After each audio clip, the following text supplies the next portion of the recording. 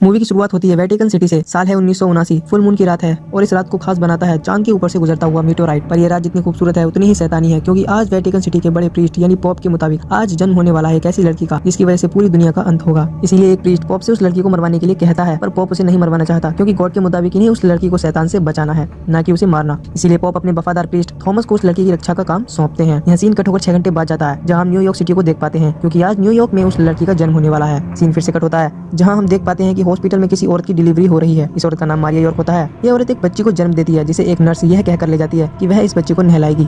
इस नर्स का नाम मेबल होता है और ये नर्स इस बच्ची को हॉस्पिटल के बेसमेंट फ्लोर पर ले जाती है। ये नर्स इस बच्ची को एक मेज पर रखती है। यहाँ एक डॉक्टर होता है, जो डॉक्टर कम शैतान का पुजारी ज्यादा लगता है, क्योंकि इसके गले में एक अजीब सा लॉकेट होता है। मेज के चारों ओर कुछ लोग भी होते हैं, क्योंकि ये शैतानी रिचुअल करने वाले थे। मैं इस व्यक्ति को डॉक्टर ही कहूंगा, क्योंकि मूवी में इसका नाम हेड प्रीस्ट है, जो कि ये बिल्कुल भी नहीं लगता। खैर, ये डॉक्टर एक सांप को जार से निकालता है और उस सांप को काटकर सांप का खून छोटी सी बच्ची के मुंह को लगाता है। ये सब रिचुअल इसीलिए करते हैं क्योंकि ये सैटन प्रीस्ट यानी शैतान के पुजारी होते हैं। इन रिचुअल्स के बाद ये नर्स मेबल इस बच्ची को वापस इसकी माँ को सौंपती है। मेबल इस औरत से इस लड़की का नाम पूछती है, तो मारिया बताती है कि इसका नाम क्रिस्टीन है।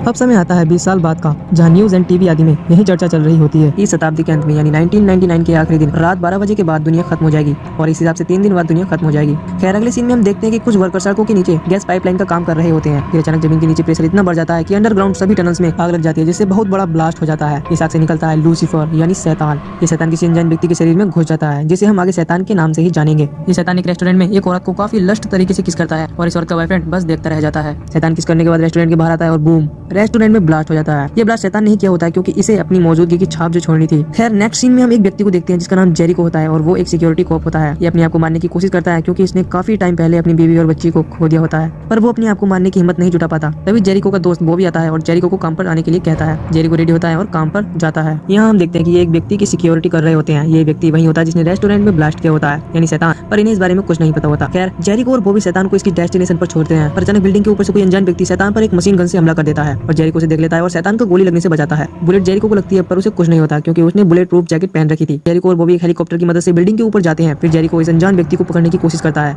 ये व्यक्ति बिल्डिंग से कूदने ही वाला होता है कि इतने में जेरिको उसे पकड़ लेता है। हेलीकॉप्टर धीरे धीरे नीचे आता है, पर ये व्यक्ति रिवॉल्वर से जेरिको पर फिर से हमला करता है। इस दौरान जेरिको से इस व्यक्ति का हाथ छूट जाता है, जिससे ये व्यक्ति जमीन पर आकर गिरता है। ये व्यक्ति सभी की तरफ भागता है और जेरिको भी इसका पीछा करता है। जेरिको इस व्यक्ति से सरेंडर करने के लिए कहता है, पर ये व्यक्ति कहता है दुनिया का अंत होने वाला है, 1000 साल पूरे हो चुके हैं, शैतान आजाद हो चुका है। ये व्यक्ति जेरिको पर फिर से रिवॉल्वर चलाता है कि इतने में जेरिको ही इसकी टांग पर गोली चलाता है, जिससे ये व्यक्ति वहीं गिर जाता है। जेरिको इसके पास जाता है, जहाँ जेरिको को इसके पहनावे से पता चलता है कि ये एक पादरी है, यानी एक प्रीस्ट है। इसके वॉलेट में स्पोटास नाम के वार का एक विजिटिंग कार्ड मिलता है। इस सब के बाद इस पादरी को एम्बुलेंस में ले जाते हैं। यहाँ डिटेक्टिव मार जाती है और जेरिको से पूछती है, क्या तुम अभी शराब पीते हो? जेरिको को लगता है, क्या मैं ड्रिंक पीता हूँ, इससे इसका क्या लेना देना? फिर मार्ज बताती है कि वो व्यक्ति दुनिया खत्म होने वाली है, शैतान आजाद होने वाला है, 1000 साल पूरे हो चुके हैं, कैसे कह सकता है, जबकि उसकी जीव ही नहीं है। जेरिको को इस बात से बहुत शौक लगता है। इसके बाद जेरिको अपने दोस्त बॉबी के साथ स्पोटास नाम के बार में जाता है, जिसका विजिटिंग कार्ड पादरी के वॉलेट से मिला था। ये दोनों स्पोटास बार पहुंचते हैं, जहाँ इन्हें पता चलता है कि उस व्यक्ति का नाम थॉमस एक्वाइनस है, और ये अक्सर बार में ड्रिंक करने के लिए आता जाता है, और वो कभी कभी तो इतनी ड्रिंक कर लेता था कि बार वालों को ही थॉमस को उसके घर ले जाना पड़ता था। यही वजह होती है कि जेरिको को उस पादरी यानी थॉमस के घर का पता आसानी से मिल जाता है। जेरिको और बॉबी थॉमस के घर पहुंचते हैं, जहाँ इन्हें थॉमस का घर काफी गंदा और अजीब दिखता है। इन्हें घर से काफी अजीब तरह के सिंबल भी मिलते हैं, और थॉमस की जीभ भी मिलती है, जो कि शायद उसने खुद ही काट ली थी।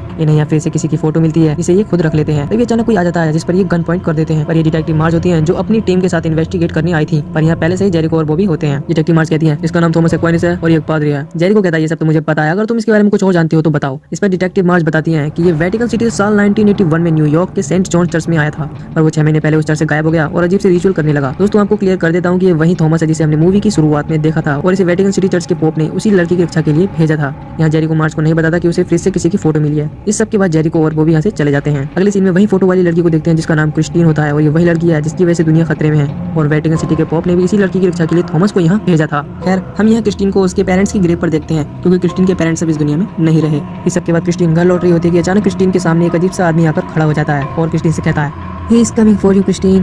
He is coming. इसके बाद स्ट्रेंजर अपने आप ही शीशे की तरह टूट जाता है। इसे देख क्रिस्टीन जोरों से चिल्लाने लगती है। क्रिस्टीन के पास के सभी लोग क्रिस्टीन को अजीब तरीके से देखने लगते हैं, क्योंकि उन लोगों को कुछ भी दिखाई नहीं देता, और ये स्ट्रेंजर सिर्फ क्रिस्टीन को ही दिखाई दे रहा था। ये सब होने के बाद क्रिस्टीन अपने घर आती है और फैमिली डॉक्टर को सब बताती है, जहाँ डॉक्टर कहता है कि वो सब उसके मन का वहम है, और जो दवाइयां उसे दी गई हैं उन्हें समय से लेती रहे। इसके बाद हम क्रिस्टीन की सौतेली माँ को देखते हैं, जो कि क्रिस्टीन को हौसला देती है और कहती है कि उसकी लाइफ में आने वाले डरावने सपने जल्द ही खत्म हो जाएंगे। दोस्तों, मैं आपको बताना चाहता हूँ कि ये क्रिस्टीन का फैमिली डॉक्टर वही व्यक्ति है जिसने सांप का खून क्रिस्टीन के मुंह से लगाकर सैटेनिक रिचुअल किया था, और क्रिस्टीन की सौतेली माँ मेबल ये वही औरत है जो उन रिचुअल्स में शामिल थी। और आपको ये भी क्लियर कर देता हूँ कि क्रिस्टीन के सौतेली माँ बाप और इनका family doctor satanic cult group के मेंबर हैं और ये सभी शैतान को फॉलो करते हैं। और क्रिस्टीन की लाइफ में जो कुछ भी हो रहा है उनकी वजह सिर्फ यही है। खैर इसके बाद हम जेरिको को देख पाते हैं जो कि बाइबल में अपने कुछ सवालों के जवाब ढूंढ रहा होता है। जेरिको को पता चलता है कि जब 1000 साल पूरे हो जाएंगे तो शैतान अपनी कैद से आजाद हो जाएगा, जैसा कि उस व्यक्ति ने कहा था यानी थॉमस ने। जेरिको अपने कुछ और सवालों के जवाब के लिए सेंट जॉन चर्च जाता है जहाँ उसकी मुलाकात फादर कोवाक से होती है। जेरिको फादर कोवाक से थॉमस एक्वाइनस के बारे में पूछता है, जहाँ कोवाक जेरिको को बताते हैं कि थॉमस शराबी बन गया और उसने दुनिया के अंत की बात की दुनिया को देखा, जिसकी वजह से वो पागल हो गया। इससे ज्यादा कोवाक जेरिको को कुछ नहीं बताते, जिसके बाद जेरिको चला जाता है। नेक्स्ट सीन में हम डॉक्टर को देख पाते हैं जो अपनी बीवी और बेटी के साथ घर पर डिनर कर रहे होते हैं। इस दौरान डोर बेल रिंग होती है। इसे देखने के लिए डॉक्टर खुद जाता है। डॉक्टर जैसे ही दरवाजा खोलता है दरवाजे पर शैतान होता है। डॉक्टर सैटेनिक कल्ट ग्रुप का मेंबर तो होता है पर फिर भी डॉक्टर शैतान को अंदर बुलाने से हिचकिचाता है। डॉक्टर शैतान को अंदर बुलाने से इसीलिए हिचकिचाता है क्योंकि वो अपनी फैमिली को इस सबसे दूर रखना चाहता था।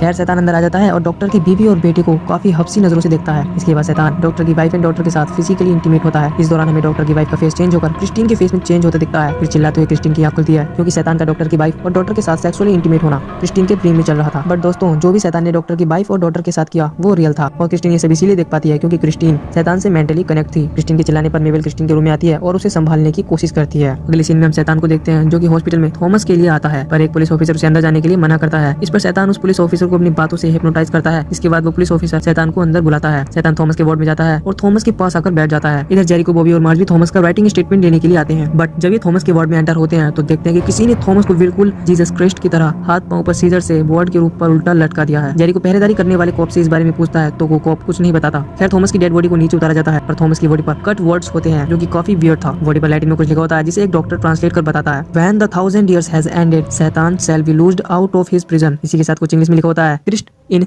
न्यूयॉर्क। जेरिको को इस सबके पीछे की वजह जानने के लिए उस लड़की से बात करनी होती है जिसकी फोटो उन्हें थॉमस के घर से मिली थी। पर अफसोस जेरिको को उसका नाम पता नहीं होता। पर जेरिको अपने इंटेलिजेंस की मदद से थॉमस की बॉडी पर जो नाम लिखा होता है क्रिस्ट इन न्यूयॉर्क, इसी के तालमेल से क्रिस्टीन यॉर्क का नाम निकालता है और पुलिस डेटाबेस में एंटर करता है। पुलिस डेटाबेस से जेरिको को फोटो वाली लड़की का एड्रेस मिलता है यानी क्रिस्टीन का और दिए गए पते पर जाने के लिए निकलता है। इधर हम क्रिस्टीन को देख पाते हैं जो कि अपने घर पर एक्सरसाइज कर रही होती है। इसके बाद क्रिस्टीन शावर लेने के लिए जाती है तो देखती है कि बाथरूम में खून है और बाथटब में क्रिस्टीन के स्टेप फादर की डेड बॉडी है। तभी कुछ स्ट्रेंजर्स क्रिस्टीन पर हमला कर देते हैं पर क्रिस्टीन भागकर अपने कमरे में जाती है और लॉक कर लेती है। स्ट्रेंजर्स को मैनिपुलेट करने के लिए क्रिस्टीन एक फर्नीचर को विंडो से बाहर फेंकती है और खुद एक कपबोर्ड के ऊपर जाकर छिप जाती है। पर वो स्ट्रेंजर्स दरवाजे तोड़कर अंदर आते हैं और क्रिस्टीन को पकड़ लेते हैं। इनमें से एक स्ट्रेंजर मंत्र पड़ता है और नाइफ निकालकर क्रिस्टीन को मारता है पर क्रिस्टीन अपने आप को बचाती है। इधर जेरिको और बॉबी भी क्रिस्टीन के घर के पास पहुंचते हैं जहां उसे फर्नीचर पड़ा हुआ दिखाई देता है। जेरिको और बॉबी अंदर जाते हैं और उन स्ट्रेंजर्स से इनसेन फाइट करके उन्हें भगाते हैं। इस दौरान जेरिको के हाथ में एक स्ट्रेंजर्स का लॉकेट रह जाता है। खैर कुछ घंटों बाद डिटेक्टिव मार्ज भी अपनी टीम के साथ यहाँ पहुंचती है और इन्वेस्टिगेट करती है। यहाँ जेरिको को रिलीजियस किताबें दिखती हैं जिसके बारे में ये क्रिस्टीन से पूछता है। क्रिस्टीन बताती है कि वो रिलीजियस बुक्स उसकी स्टेप मॉम मेबल की हैं और वो काफी धार्मिक है। बट फ्रेंड्स हम जानते हैं कि मेबल सैटेनिक कल्ट ग्रुप की मेंबर है। यहाँ जेरिको थॉमस एक्वाइनस के बारे में पूछता है पर क्रिस्टीन को उसके बारे में कुछ पता नहीं होता। इसके बाद शैतान की चाची क्रिस्टीन की स्टेप मॉम यहाँ आती है और क्रिस्टीन की जान बचाने के लिए जेरिको को थैंक यू बोलती है। इसके बाद जेरिको मेबल की एक बुक चोरी से निकाल लेता है और बॉबी के साथ वैन में बैठ जाता है। पर दोस्तों मेबल की नजर इन पर ही थी। मेबल फोन पर उस डॉक्टर से बात कर रही होती है और उसे कह रही होती है कि मैं अभी क्रिस्टीन को वहाँ नहीं ला सकती क्योंकि वो अभी घर के बाहर है। इधर डॉक्टर भी शैतान को बताता है कि मेबल क्रिस्टीन को यहाँ नहीं ला सकती। ये सुनकर शैतान को गुस्सा आ जाता है और डॉक्टर को मार देता है और शैतान खुद क्रिस्टीन को लाने के लिए निकलता है। यहाँ जेरिको को बुक से पता चलता है कि वो स्ट्रेंजर प्रीस्ट थे। जेरिको फिर से क्रिस्टीन से बात करने के लिए जाता है और क्रिस्टीन को बताता है कि जो स्ट्रेंजर उसे मारने के लिए आए थे वो अच्छे लोग थे। पर क्रिस्टीन कहती है कि वो मुझे मारने क्यों चाहते थे। इस पर जेरिको कहता है शायद उन लोगों को लगता है कि तुम दुनिया को खत्म करने की वजह हो इसीलिए वो तुम्हें मारने आए थे। तभी एक सेब में क्रिस्टीन को क्रीपी क्रीचर्स दिखते हैं जिन्हें देखकर वो चिल्लाती है और जेरिको को सॉरी कहती है और बताती है कि उसे बचपन से ही अजीब चीजें दिखाई देती हैं क्योंकि उसकी मेडिकल कंडीशन थोड़ी खराब है। पर जेरिको कहता है कि उसे भी ये अजीब क्रीचर्स दिखे थे। ये सुनकर क्रिस्टीन को लगता है कि उसके स्टेप पेरेंट्स उससे कुछ छिपा रहे हैं। इधर शैतान भी क्रिस्टीन के घर के बाहर पहुंच चुका था। शैतान इनकी वैन में आग लगा देता है जिससे बॉबी की ब्लास्ट में मौत हो जाती है। यहाँ क्रिस्टीन की स्टेप मॉम भी अपना असली रूप दिखाती है और जेरिको को उठाकर फेंकती है। वैसे ये किसी आम औरत के लिए मुश्किल था पर चूंकि मेबल शैतान की पुजारन थी इसीलिए ये उसकी बाएं हाथ का खेल था। खैर यहाँ क्रिस्टीन ये सब देखकर शॉक हो जाती है पर जेरिको किसी तरह मेबल को शीशे की मेज में देकर मारता है जिससे मेबल की हालत बुरी हो जाती है। शैतान भी अंदर आ रहा होता है पर ये दोनों पीछे के दरवाजे से भागते हैं। यह डिटेक्टिव मार्ज जेरिको पर गोली चलाने लगती है और जेरिको से लड़की इनके हवाले करने के लिए कहती है। डिटेक्टिव मार्ज ये सब इसीलिए करती है क्योंकि वो शैतान के कंट्रोल में थी। खैर जेरिको अपनी गन्स निकालता है और मार्ज और एक पुलिस ऑफिसर को हेडशॉट मारता है जिससे उनकी वही मौत हो जाती है। जिसके बाद ये दोनों भाग जाते हैं। शैतान यहाँ आता है और मार्ज को अपनी सुपर नेचुरल पावर से वापस से जिंदा कर देता है।